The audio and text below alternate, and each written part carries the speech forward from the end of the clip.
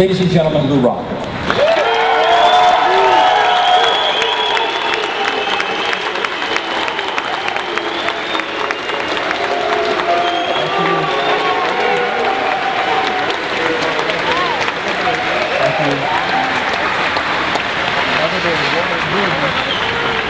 Well, how great to be here, and I want to thank Deborah Robinette, and I know all the many people who put so much time into putting this program together.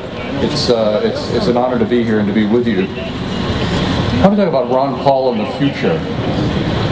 One of the most thrilling memories of the 2012 campaign was the sight of all those huge crowds who came out to see Ron. His competition, meanwhile, couldn't fill half a Starbucks. When I worked, as Tom mentioned, as Ron's chief of staff in the late 1970s and early 1980s, we could only have dreamt of such a result. Now, what was it that attracted all those people to Ron Paul? He didn't offer his followers a spot on the federal gravy train. He didn't pass some phony bill. In fact, he didn't do any of the things we associate with politicians. What his supporters love most about him has nothing to do with politics. Ron Paul is the anti-politician. He tells unfashionable truths. He educates rather than flatters the public. And he stands up for principle even when the whole world is arrayed against him. Now, some people say, well, I love Ron Paul except for his foreign policy. But that foreign policy reflects the best and the most heroic part of who Ron Paul is.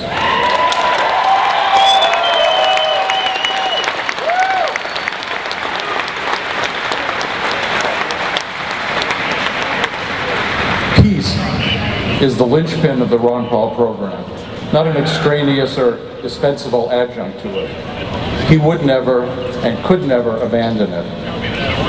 Here was the issue, however, that Ron could have avoided had he cared only for personal advancement. But he refused. No matter how many times he's been urged to keep his mouth shut about war and empire, these have remained the centerpieces of his speeches and his interviews. Of course, Ron Paul deserves the Nobel Peace Prize.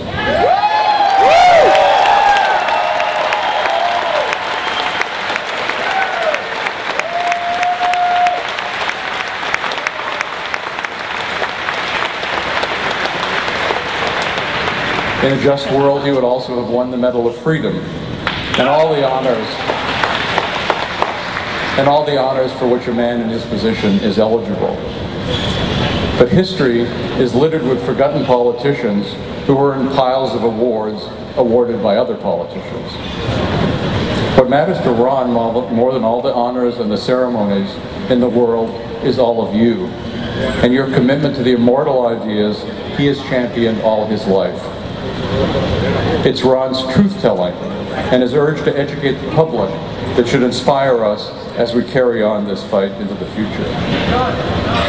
It isn't a coincidence that governments everywhere want to educate children.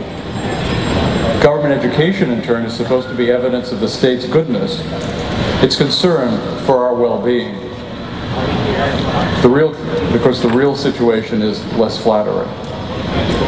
If the government's propaganda can take root as children grow up, these kids will be no threat to the state apparatus. Indeed, they'll fasten the chains to their own ankles. H.L. Mencken once said that the state doesn't just want to make you obey, it wants to make you want to obey. And that's one thing the government schools do so well. A long-forgotten political thinker, Etienne de la Boétie, wondered why people would ever tolerate an oppressive regime. After all, the people who were governed vastly outnumber the small minority of governors.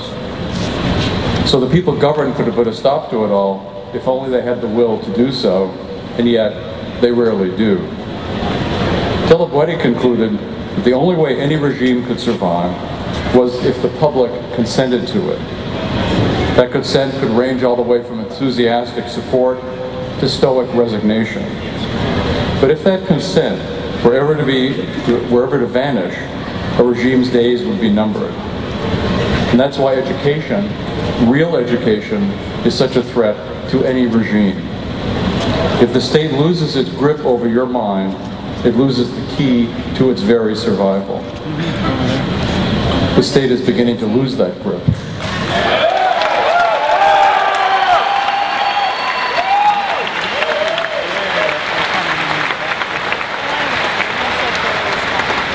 Traditional media, which have carried the water for the government since time began, it seems, are threatened by independent voices on the internet. Yeah. I don't think anyone under 25 even reads a newspaper anymore. The media and the political class joined forces to make sure we never found out about Ron Paul. When that proved impossible, they smeared him. And when no one, and told you that no one would want to go to hear Ron Paul, when after all they could hear Tim Pawlenty or Mitt Romney. All this backfired. The more they panicked about Ron, the more drawn to him people were. They wanted to know, what exactly is it that the establishment is so eager to keep us from hearing? Ours is the most radical challenge to the state ever posed.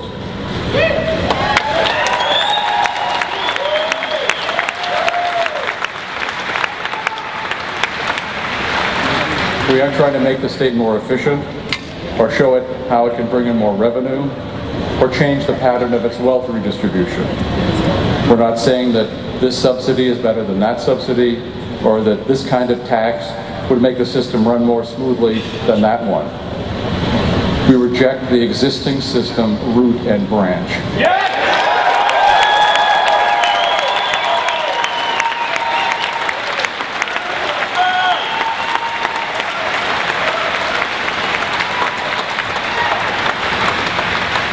And we don't oppose all the state's wars because they're counterproductive or overextend the state's forces.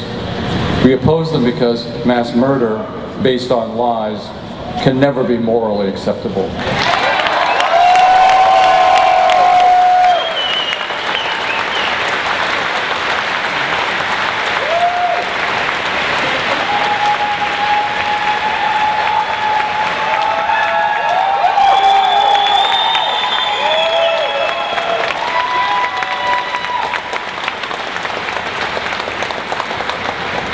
We don't beg for scraps from the imperial table.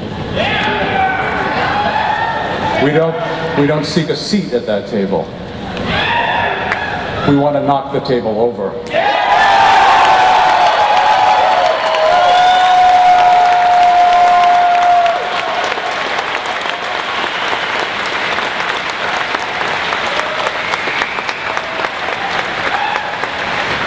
We have much work to do.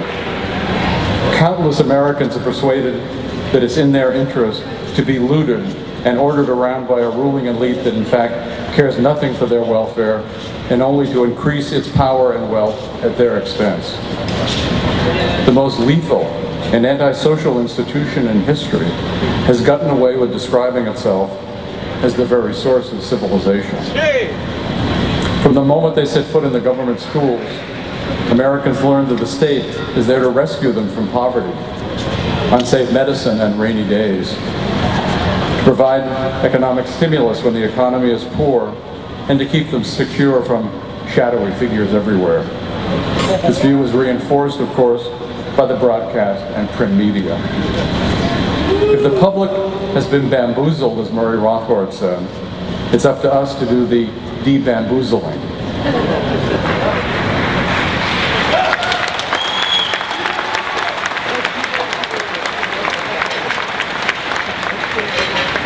And that means we need to tear the benign mask off the ugly face of the state.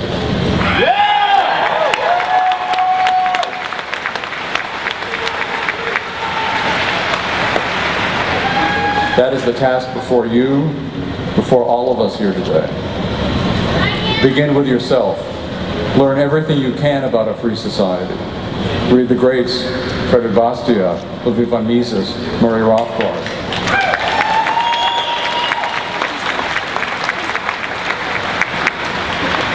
As you delve into the literature of liberty, share what you're reading and learning. Start a blog, create a YouTube channel, organize a reading group. But whatever you do, learn, spread what you're learning, and never stop.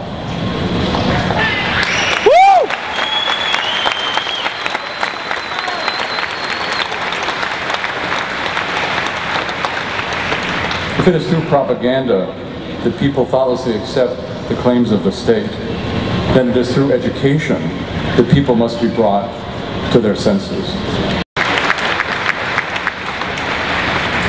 With the kept media on the wane, it's going to be more and more difficult for the state to make its claims stick, to persuade people to keep accepting its lies and propaganda.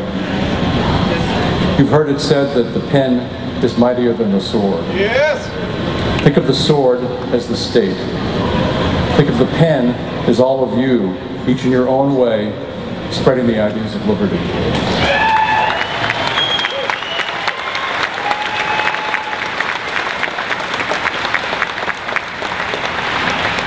Remember that insight of Etienne de la Boétie. All government rests on public consent, and as soon as the public withdraws that consent, any regime is doomed. That's why they fear Ron, that's why they fear us, and it's why despite all the horrors we read about every day, we may dare to look to the future with hope. Thank you.